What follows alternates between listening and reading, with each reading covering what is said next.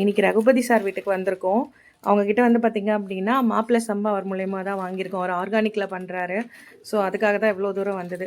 Thank you sir. Next அரிசி எல்லாம் வாங்கினதுக்கப்புறம் கண்டிப்பா. சொல்லுங்க. கண்டிப்பா. எல்லாமே உங்ககிட்டயே வாங்கிக்கிறோம். நன்றி. தேங்க்ஸ். நீங்க ஏதாவது சொல்ல விரும்புறீங்களா? இல்ல நம்ம இப்ப எல்லோரும் பணம் பணம்னு போறத விட ஆரோக்கிய உணவு தேடி போறது தான் மேல்.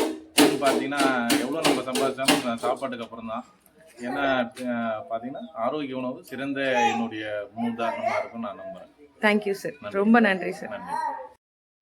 ஹாய் எல்லாருக்கும். நம்ம இன்னைக்கு வந்து பார்த்தீங்க அப்படின்னா, பாரம்பரிய அரிசி வாங்குறதுக்காக நம்ம வந்து திருவண்ணாமலை மாவட்டம் செங்கம் வரைக்கும் போயிருந்தோம். செங்கம்ல யாருன்னா நம்ம ரகுபதி சார் எல்லாருக்குமே தெரியும். அவரை பார்க்க தான் போயிருந்தோம். அவங்க அப்பா அவங்க கிட்ட சில விஷயத்தெல்லாம் கேட்டு தெரிஞ்சுக்கிட்டோம். ரகுபதி சார் ரொம்ப பிஸியாக இருந்தாங்க. அவங்களுக்கு நிறைய வேலை போயிட்டு இருந்துச்சு. அந்த பிஸி ஷெட்யூல்லையும் நமக்காக நேரம் ஒதுக்கி அவங்க கிட்ட இருக்க பாரம்பரிய அரிசியெல்லாம் நமக்கு கொடுத்தாங்க. அது எல்லாமே நம்ம வாங்கிட்டு வந்தோம். ரொம்ப தேங்க்ஸ் சார், எங்களுக்காக வந்து டைம் ஸ்பெண்ட் பண்ணி எல்லாமே கொடுத்ததுக்கு.